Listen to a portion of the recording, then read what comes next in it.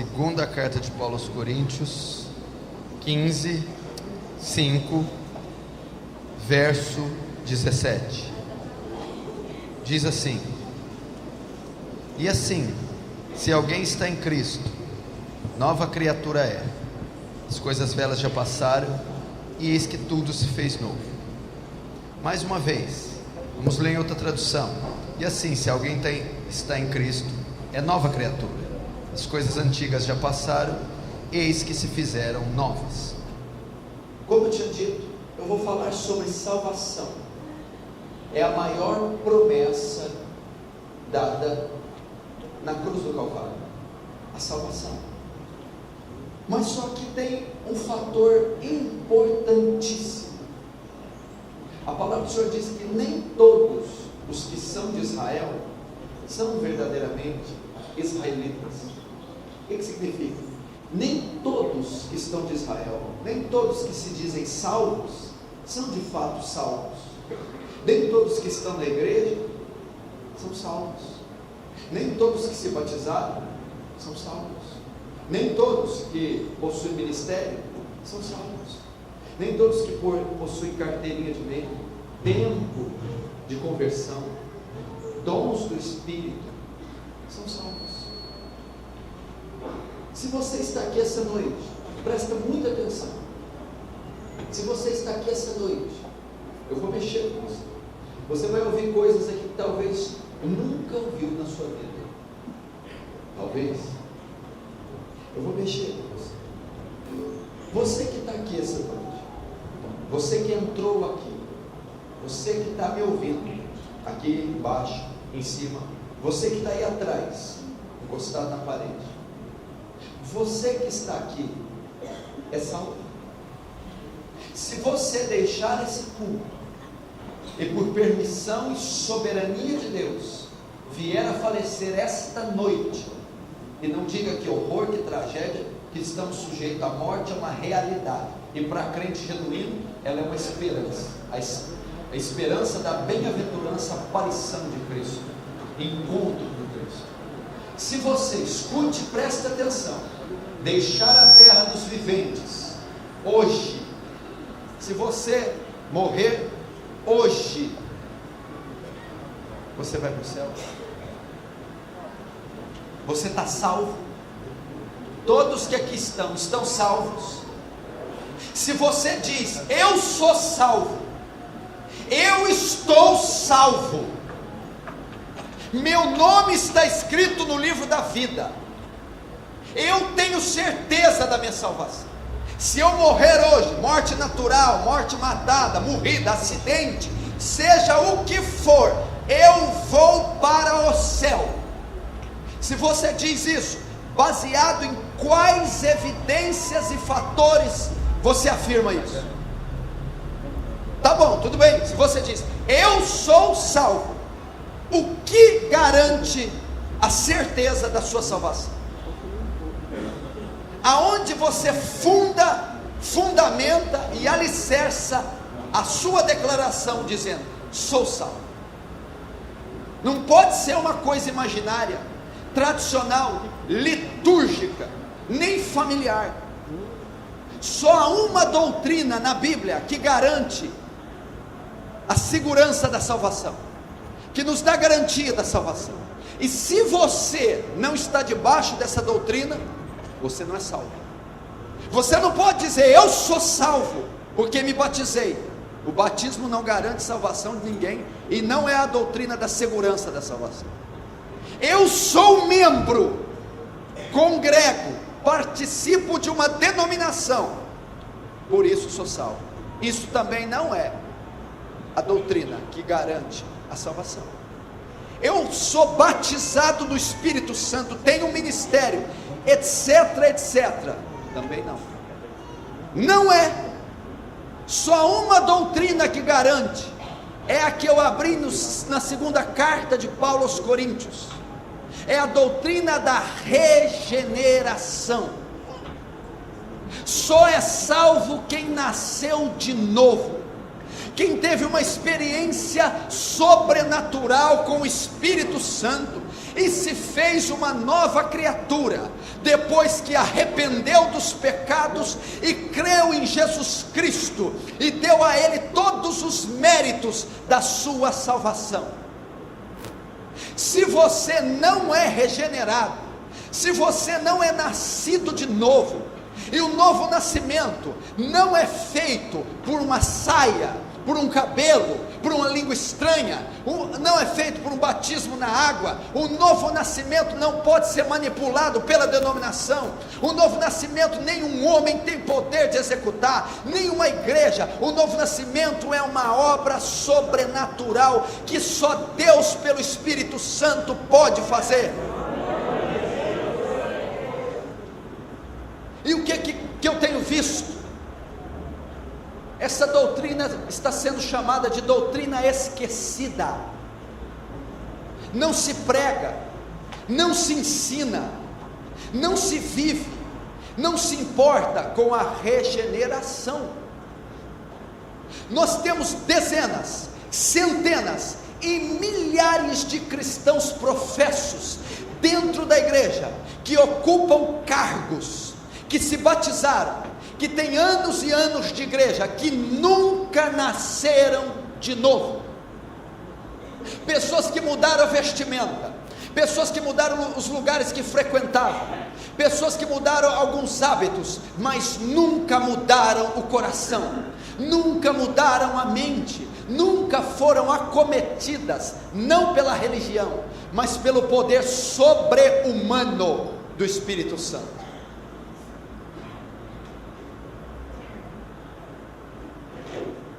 Salvação.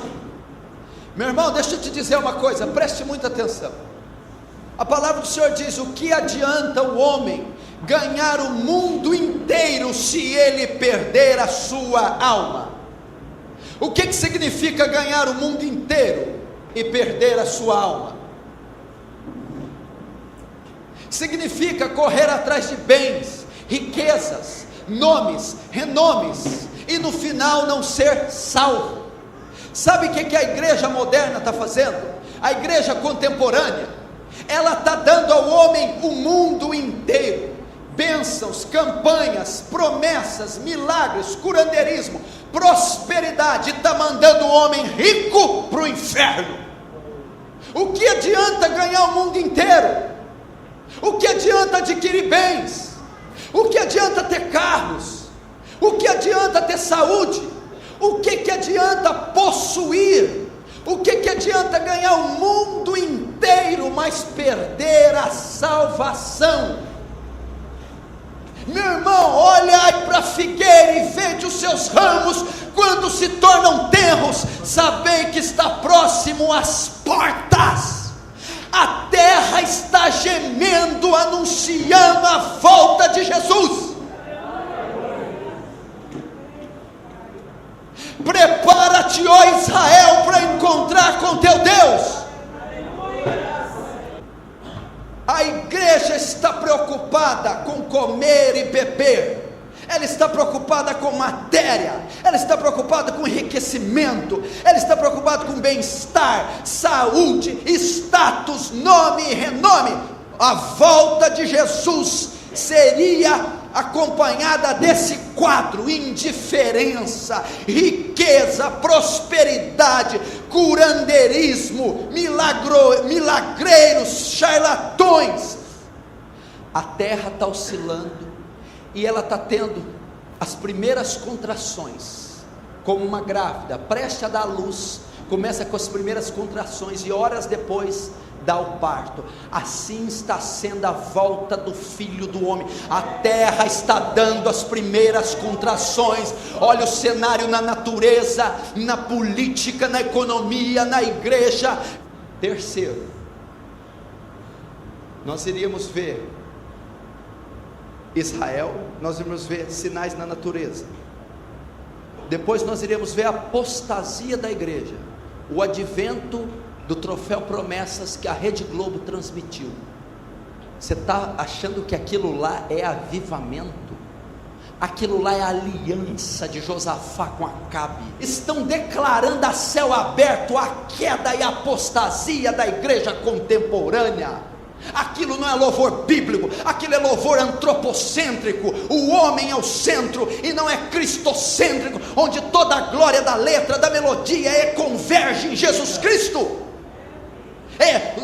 Shows, eventos envolvendo milhares de reais, mídia secular, secularismo entre os cristãos. Pastores antigamente que eram profetas estão se apostatando, estão pregando prosperidade e riquezas, estão se vendendo à mídia, estão se vendendo aos canais de TV. O evangelho está fraudado, diluído, adulterado, prostituído. Você encontra 50 milhões de evangélicos no Brasil, e o Brasil nunca foi tão corrupto como ele é. Você diz: pastor, você devia se alegrar, 50 milhões de evangélicos, que avanço é um avivamento. Se você estudar os avivamentos históricos da igreja de Atos, de Jonathan Edwards, se você estudar os avivamentos de Wesley, o avivamento acontecia e ele interferia na sociedade. Como assim? Se está vendo conversões de verdade, se está vendo um derramar do Espírito, a criminalidade tem que abaixar, o aborto tem que abaixar, o estupro, a inadimplência, as dívidas tem que abaixar. Agora esse avivamento está promovendo o pecado.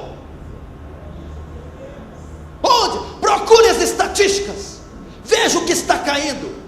Eu trabalho com muitos empresários e eles me dizem: os piores clientes que eu atendo são o povo evangélico, não pagam, são caloteiros, mentirosos. Tem um gerente do Banco do Brasil na minha igreja que se reuniu com toda a coordenadoria nacional e disse: nós não podemos aprovar mais crédito para pastores, porque eles não pagam. Isso é avivamento? Avivamento é falar plé, avivamento é rolar, é cair. O avivamento é amar a esposa, pagar conta em dia, ser santo, guardar os olhos, amar os filhos. Isso é avivamento.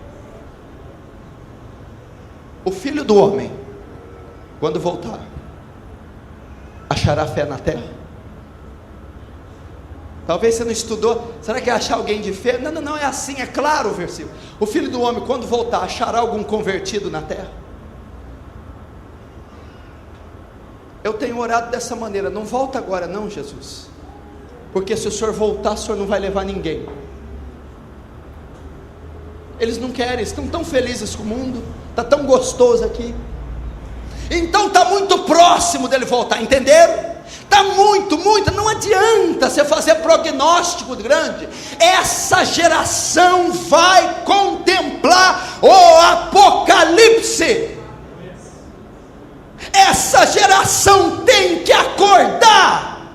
Talvez você venha buscar cura, libertação, uma série de parafernália, e Jesus está dizendo: busque a vida eterna. 30 anos atrás era melhor que hoje, tinha família, tinha respeito, honestidade. 40, melhor ainda. 50, melhor ainda. Daqui 30 você vai sair na rua e vai olhar para uma pessoa, não vai saber se é homem ou se é mulher, ou se é uma terceira classe. Vão ser liberadas tantas leis, se a igreja do Deus vivo não permanecer fiel. Jesus diz, a Bíblia diz que até os escolhidos, se possível, serem enganados. A pecaminosidade vai chegar a tal ponto, nós vamos ver tanta atrocidade, crimes e anomalias. Meu irmão, se aqueles dias não fossem abreviados, disse o Senhor, nenhuma carne se salvaria. A pecaminosidade vai chegar a um ponto tão forte, que se Jesus não tirasse nós desse lugar, que se Jesus não voltasse, nós não suportaríamos a avalanche de pecado, nós não suportaríamos, meu irmão, o ataque ferrenho. Parece que o abismo abriu a boca e as hostes estão subindo, estão matando, roubando, esfriando, cegando.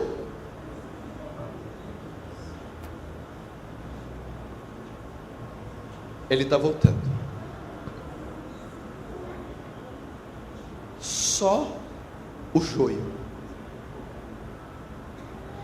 só o trigo vai subir.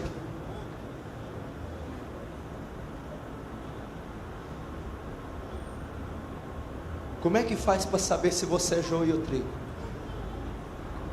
Agora, ouça o que você vai ouvir agora.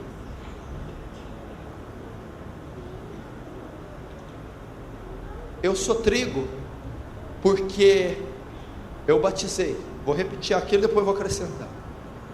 Não faz nem um joio trigo entrar numa água.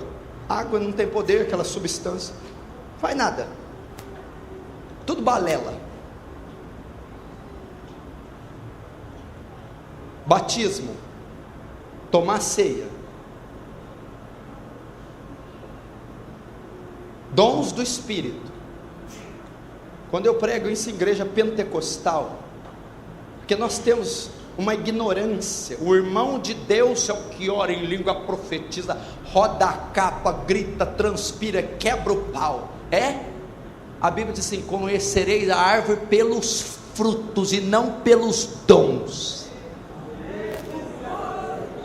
Eu vou te dizer, o povo que mais manifesta dom nessa nação são os mais corruptos. Para mim, homem de Deus é o que vem mais cedo e abre a igreja, lava a igreja inteira, é o último a sair, aguenta bronca. Esse que é homem de Deus. Tem pessoas que acham que homem de Deus é o que prega bem. Eu sou homem de Deus? Você não vive comigo na minha casa. Para saber se eu sou homem de Deus, tem que ver como eu trato a minha esposa, como eu uso o meu dinheiro, como eu sou as quatro portas, quatro paredes. Não pode dizer que eu sou homem de Deus só por berrar. Aquele irmão tem a unção, aquele irmão revela, aquele irmão profetiza, e aquele irmão deita, rola, acorda só no outro dia. Deve ser de preguiça, viu?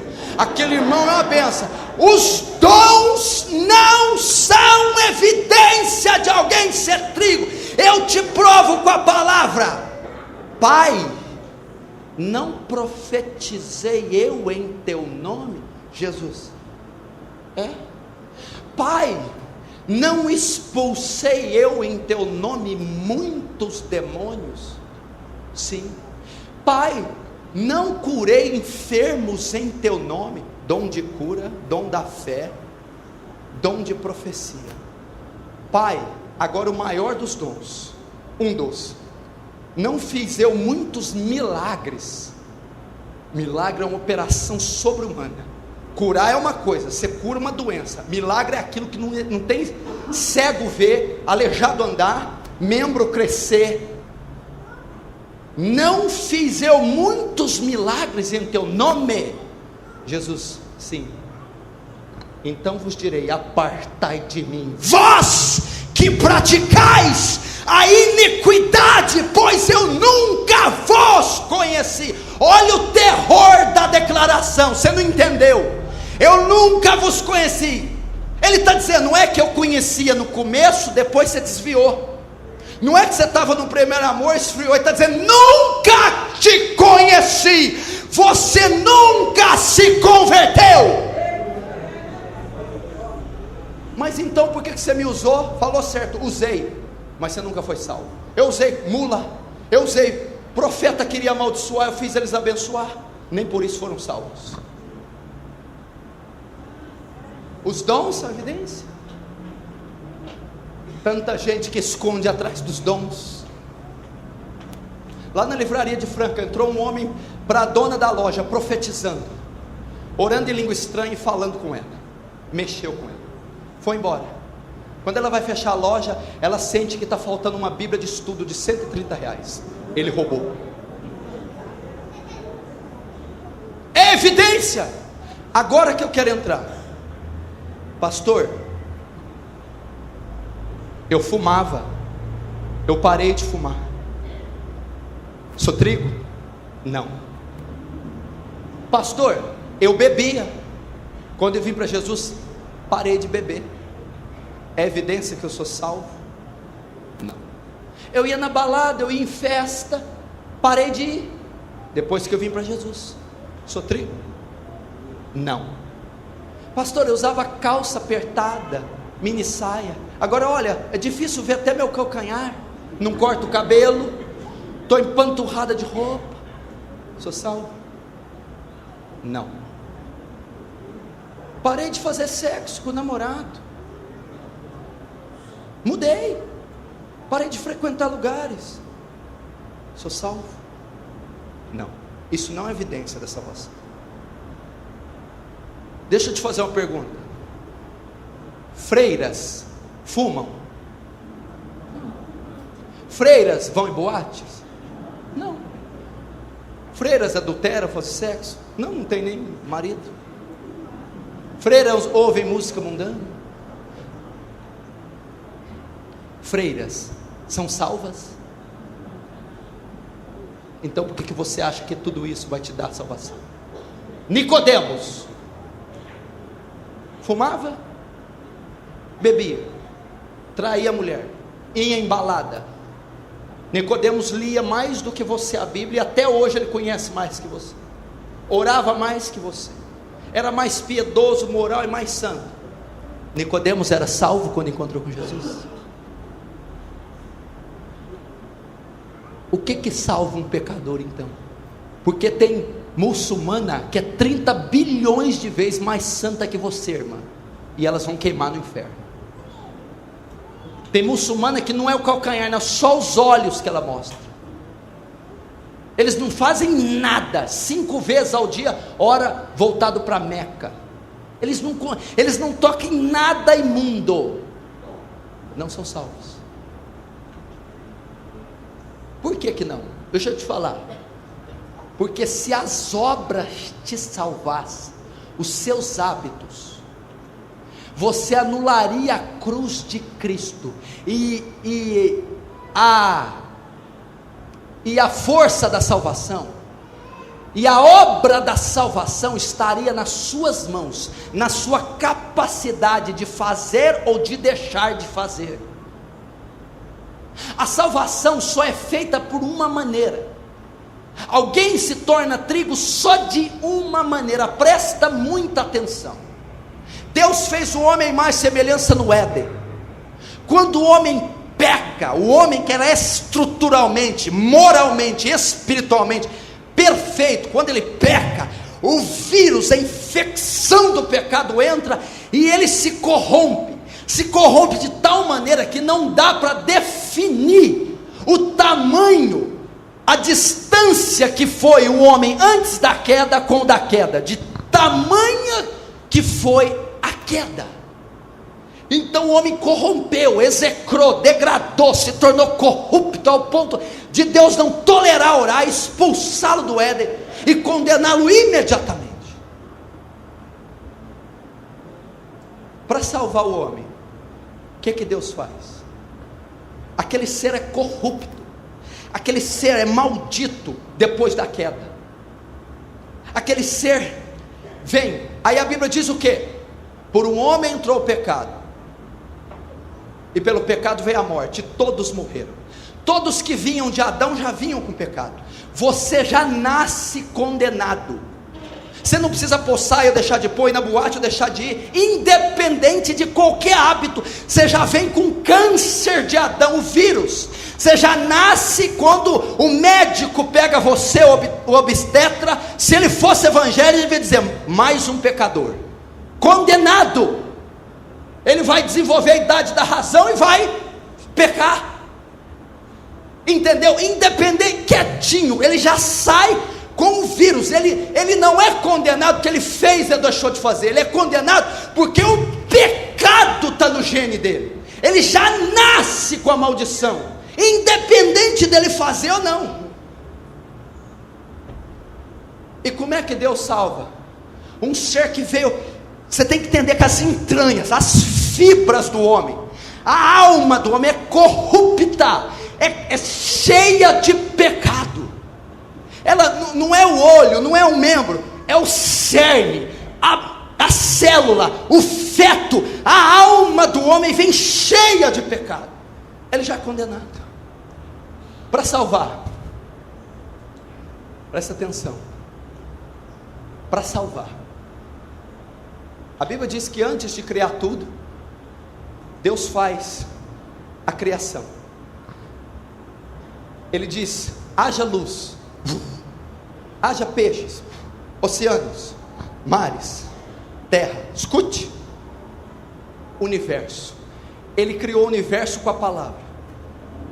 Tem uma palavra latina para isso. Deus criou do nada, do ex nihilo. Do nada, Deus cria o universo e cria o homem. Do nada, imagina, não existia nenhum próton, nêutron, uma molécula, nenhuma célula, núcleo, membrana e citoplasma. Deus com a palavra criou tudo, desde a célula até as galáxias, o universo e o homem. Do nada ele criou, do ex nihilo.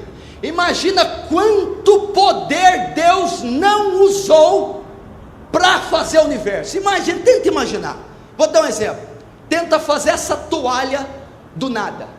Do nada, faz aparecer essa toalha. Cria essa toalha, sem nada na sua mão. Só essa toalhinha. Quanto poder você não precisa? Imagina o universo. Imagina quanta glória. Agora deixa eu te dizer. Para salvar um homem que pecou, para salvar uma criatura que ele fez perfeita e que se execrou no pecado, o poder que ele usa para salvar um pecador é maior que o poder que ele usou para criar o universo. Por que você diz? Porque para criar o universo, o homem, ele criou do nada o universo perfeito. Agora, para salvar o homem, não é a partir do nada, é a partir de algo corrupto. Ele tem que recriar a imagem de Cristo. Quanto poder ele não usa. Agora, uma saia vai tirar essa corrupção do homem? Um cabelo sem cortar? Deixar de fumar? Entrar no batismo? Frequentar uma igreja? Nada disso vai penetrar no tutano, na junta e na medula do homem. Só o poder do Espírito Santo.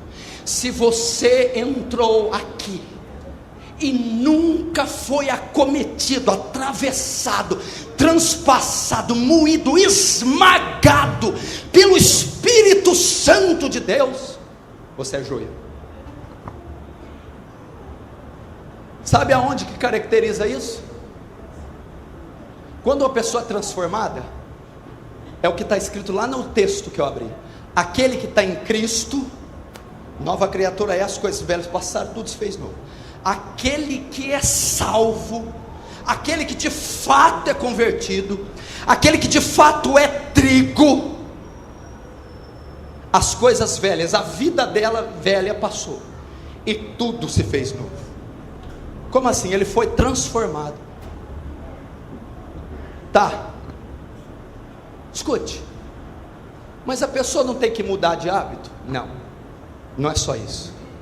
Quando o sobrenatural toca uma pessoa, quando aquele poder maior que a criação do universo transforma um pecador, ele não só para de fazer. Parar de fazer, muçulmano para, católico para, espírita para, oriental para. Uma das grandes marcas que alguém foi salvo, uma das grandes áreas que o sobrenatural transforma aquele joio, sabe onde é? É na vontade. É na vontade. Aquilo que ele amava, agora ele odeia. Pecado, mundo, prazer, ele amava, agora ele odeia. E aquilo que ele odiava, a justiça, o amor, a santidade, agora ele ama. Então, convertido não é quem parou de pecar, é quem parou de gostar de pecar. Não é quem deixou de fazer, é quem deixou de gostar de fazer. Então, se você deixou de fazer, mas ainda gosta de fazer, joio.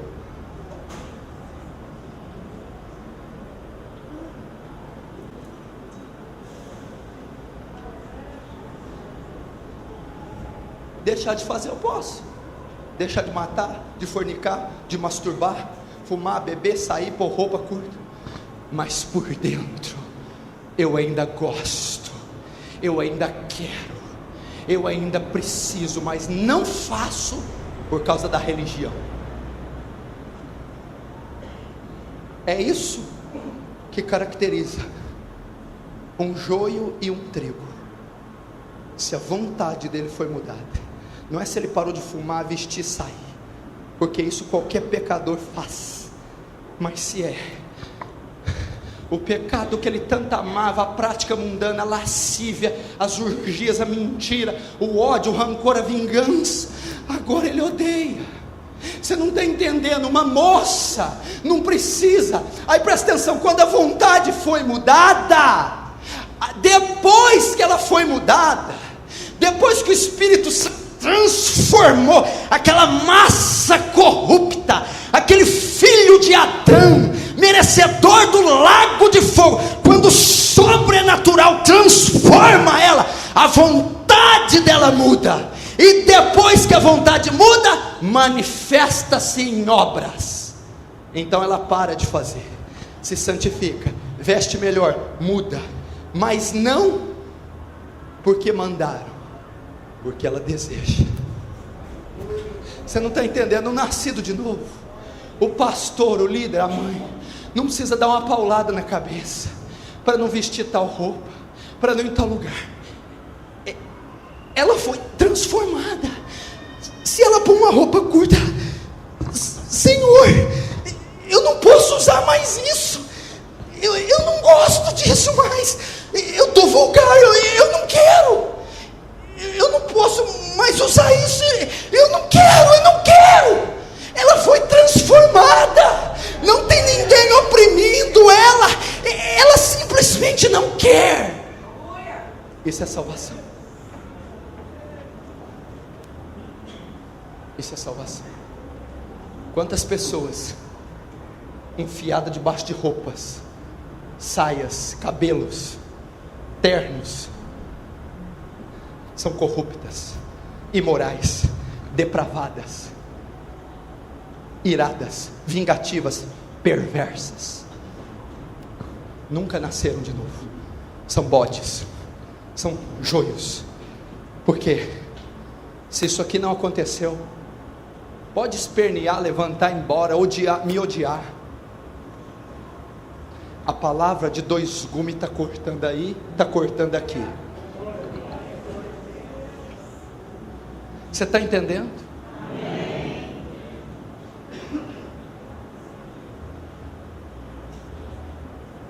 Quem está em Cristo, nova criatura. Nem todo aquele que me diz Senhor, Senhor, entrará no reino dos céus, mas só aquele que faz a vontade do meu Pai que estás no céu. Meu irmão, deixa eu te dizer, Cristo está às portas. A Bíblia diz que a morte e o inferno nunca se saciam. A Bíblia diz assim: louco,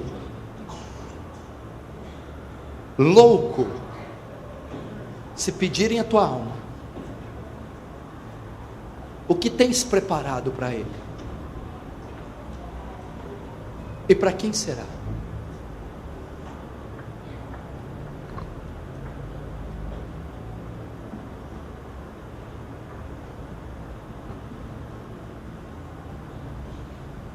Nós não estamos preocupados com isso. Agora você está entendendo? Vocês estão entendendo? Por que eu preguei isso no primeiro dia quando eu vim aqui o ano passado? Por que eu aconselho esse casal não dá certo, pastor? Por que eu faço que esse marido não dá? Fala que ama, ensina o versículo. Por que eu faço para essa menina não faz sexo com o namorado dentro de casa, debaixo do nariz do pai, e o panaca do pai aceitando?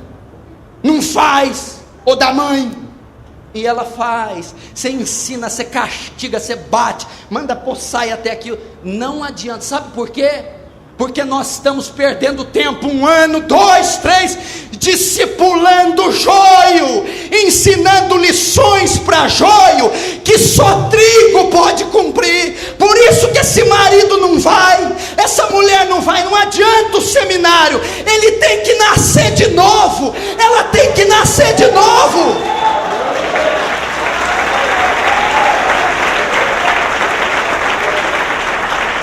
Deixa eu te dizer, a Bíblia, o princípio do casamento em Efésios, o princípio do cristão, do pastor, da ovelha, do diácono, na Bíblia, ele foi escrito só para o trigo. O trigo consegue cumprir, ele tem a mente renovada, ele foi transformado. Agora, por que tem irmão que não rompe, não frutifica, casamento que não dá certo, ministério que não vai? Porque nós estamos gastando tempo trabalhando com joio, tentando fazer o joio cumprir o que só trigo pode cumprir, o que só ovelha pode cumprir. Então, ao invés de estarmos discipulando esse povo, nós tínhamos que estar evangelizando. Joio. O cara, para ele assistir um culto e assistir TV é a mesma coisa. Mentir, falar a verdade, não tem qualquer dificuldade. Ele chega em casa, nossa, a palavra foi tremenda hoje. O que foi? Disse que o pecador, mentira. Fulano, estou te chamando. Então, fala que eu não estou. Então, sabe? Cara de pau. O cara, presta atenção, se veste com imoralidade, a menina, não sai da internet, se masturba regularmente, faz sexo com a mulher pensando em outra, não ora e vem pregar, não estuda a Bíblia e vem pregar, é rancoroso, carrancudo, é materialista, vaidoso, mas é salvo, batizou, mas é salvo, ora em língua estranha, mas é salvo, sobe aqui e chora.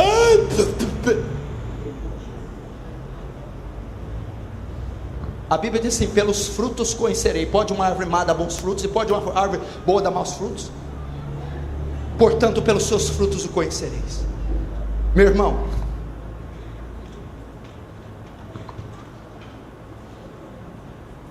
só o poder maior que criou o universo.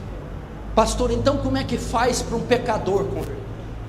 Pastor, falou comigo, eu não sou salvo mesmo não, cansei, hoje eu jogo a toalha, eu menti todos esses anos para mim, para Deus e para todo mundo, a minha vontade não mudou, eu estou de saia, mas quero pecar, eu vou na internet, eu sou hipócrita. Como que alguém chega à conversão? Talvez muitos não se convertem, sabe por quê? Porque a Bíblia diz: pela graça sois salvos. Graça é favor imerecido, não adianta flagelar, fazer qualquer coisa para ser salvo, é graça, é obra exclusiva do céu. Pela graça sois salvos, por meio da fé. Isso não vem de vós, é dom de Deus, não vem de obra para que ninguém se glorie. É pela fé que alguém recebe a graça, correto? Tá bom. O que produz fé? De sorte que a fé é pelo ouvir e o ouvir da palavra. Então um pecador maldito, filho de Adão, digno do inferno, só pode ser salvo se ele crer, e arrepender dos pecados. Jesus disse, o primeiro sermão de Jesus não foi bênção não, primeiro, 30 anos calado, o primeiro, arrependei-vos e credes no Evangelho, porque o reino de Deus é chegado. Então como que uma massa corrupta, filha de Adão, pode ser salva? Pela fé, crendo. E como que essa pessoa é levada à fé? O bêbado, drogado, maconheiro, fariseu, falso cristão, frio, como que aquele ser que merece o inferno, corrupto, pode crer? Ouvindo o Evangelho. Pastor, mas eu não ouço todo dia? Talvez não. Talvez aquilo que você liga na televisão não é Evangelho. A fé vem pelo ouvir e ouvir as Escrituras Sagradas. A fé vem pelo ouvir e ouvir o Santo Evangelho. Isso que está aí fora não é Evangelho. Prosperidade não é Evangelho. Curandeirismo não é Evangelho. Charlatanismo, popstar, tietagem, isso não é Evangelho. Quem que vai converter? Presta atenção, quem que vai converter com esse discurso? Olha aqui, escuta, olha para mim. Vem que Jesus dá paz, vem que Ele cura toda enfermidade, vem que Ele te dá um emprego, vem que é só vitória. Passa um satanista, filho do capeta, com crise, ele quer vitória, ele quer cura, ele só não quer nada com Jesus, mas ele quer ter paz, felicidade, dinheiro. Um espírita muçulmano, você está entendendo? Isso não vai levar aquele ser corrupto ao arrependimento. A fé não vai produzir nele fé. Isso não é Evangelho, não é? Pega ali a mulher de um satanista que acende vela para Beelzebul, está com um filho doente, desenganada, aqui está curando, aqui está dando bênção, ela vai vir. Quem disse que ela vai converter?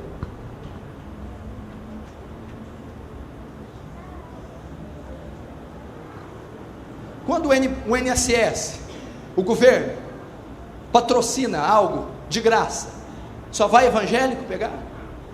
Vai evangélico, negro, branco, católico, espírita, a mesma coisa, estão dando bênção lá, não estou preocupado com o Deus deles, eu quero a bênção. Lembra de Ezequiel? Estou terminando, calma. Deus me levou para um vale, e eis que no vale havia uma multidão de ossos, secos, sequíssimos. Então o Senhor me perguntou: pode esses ossos reviver? Senhor, tu sabes. Então profetiza sobre esses ossos. Ossos secos, ouvi a palavra do Senhor. Então quando ele profetizou, o vento dos quatro cantos entrou naqueles ossos, eles se puseram de pé e se tornaram exército. Presta atenção, aqueles ossos são os pecadores, secos, sequíssimos, corruptos, mortos. Deus nos resgatou, estando nós mortos em ofensas e delitos. Nós não estávamos doentes, o doente ainda caminha um pouquinho, estávamos mortos, e tem alguns aqui essa noite, mortos, sequíssimos. Aí Deus pergunta: pode esses ossos reviverem? Pode esse pecador ser salvo? Pode esse bêbado, drogado, maconheiro? Pode esse crente fariseu, ímpio, frio? Pode esse ser de Adão corrupto? Pergunta. Ezequiel sabe o que responde? Tu sabes. Sabe o que Ezequiel está dizendo? Só o Senhor tem esse poder. Não tem profeta, denominação, batismo, saia. Só o céu pode salvar um pecador. Aí Deus devolve para ele: tudo bem, só eu posso salvar, mas eles só serão salvos pela fé. Pela fé. E a fé vem pelo ouvir a palavra. Tá.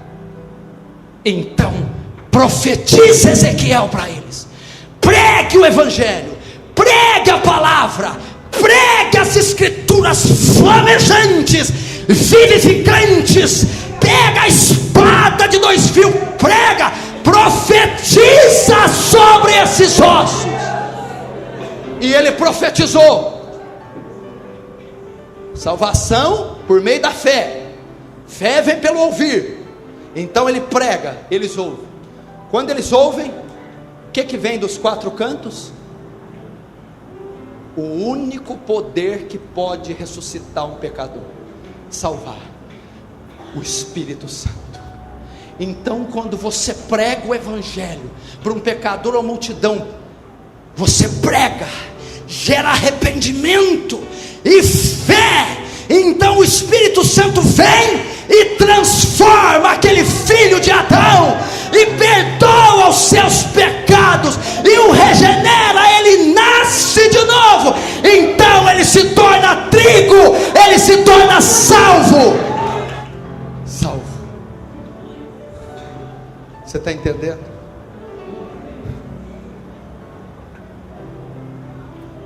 Essa noite, todos olhando que eu estou terminando, eu preguei a você: pastor, como faz para eu deixar de ser bode, ser ovelha? Como faz para eu deixar de ser joio, ser trigo? Arrependimento e fé. Confessar: eu não sou salvo, minha vontade não foi mudada, eu não nasci de novo. Mas essa noite, nessa ministração, a espada de 2 fios me atravessou. Eu pude entender, eu pude crer no evangelho. Eu pude ver que se o sobrenatural não mudar minha vontade, não me transformar, continuarei uma massa corrupta. Deus quer fechar esse seminário salvando pecadores. salvando maridos, salvando esposas, salvando filhos, salvando obreiros, salvando, meu irmão, avós, tios, crianças. Feche os seus olhos. Espírito Santo, eu não tenho poder algum, Espírito Santo, só você tem, Espírito Santo. Deus, salva essas almas, traz convicção do pecado, escreve o nome delas no livro da vida, muda, Senhor, sua vontade.